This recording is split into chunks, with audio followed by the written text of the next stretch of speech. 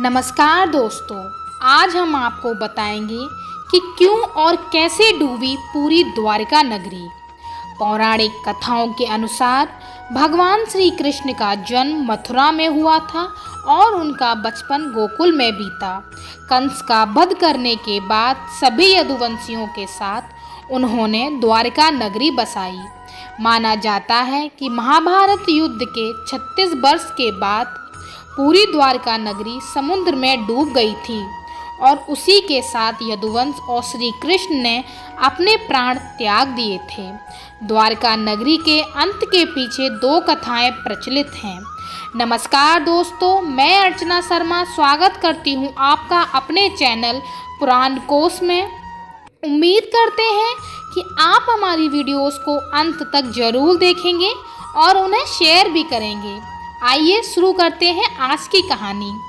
एक कथा के अनुसार माना जाता है कि गांधारी ने भगवान श्री कृष्ण को श्राप दिया था कि जिस तरह कौरव वंश का नाश हुआ है उसी तरह से यदुवंश भी समाप्त हो जाएगा।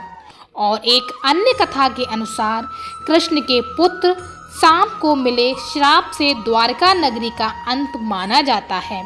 ऋषि वाल्मीकि, नारद मुनि और अन्य ऋषियों द्वारका का भ्रमण करने आए थे। तब सांप उनका उपहास करने के लिए गर्भवती स्त्री का रूप धारण करके उनके पास गया। इसका पता ऋषियों को लगा और उन्होंने सांप को श्राप दिया कि उसकी कोख से मूसल उत्पन्न होगा, जिसके कारण पूरे यदुवंश का नाश होगा। राजा उग्रसेन को इस बात का पता चलते ही उन्होंने मूसल को समुद्र में फेंकवा दिया। एक युद्ध के दौरान कृष्ण पुत्र प्रद्युम्न के मित्र सात्विक ने विष्णुवंशी कृतवर्मा का वध कर दिया, जिसे कृष्णवंशी सहन नहीं कर पाए और उन्होंने सात्विक सहित कृष्ण के पुत्र प्रद्युम्न का भी वध कर दिया।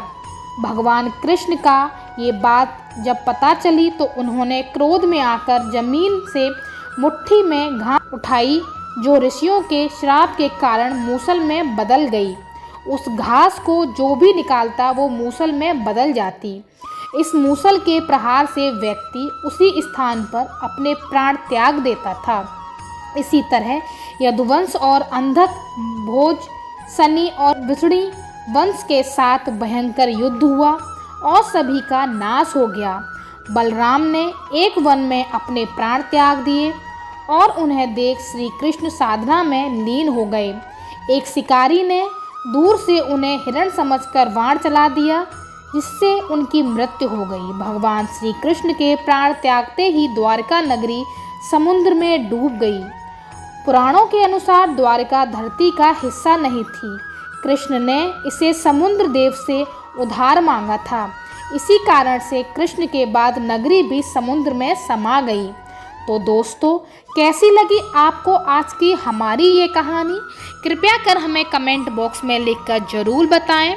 और यदि आपने हमारे चैनल को अभी तक सब्सक्राइब नहीं किया है तो जल्द से जल्द हमारे चैनल को सब्सक्राइब कीजिए, लाइक कीजिए और शेयर कीजिए। धन्यवाद।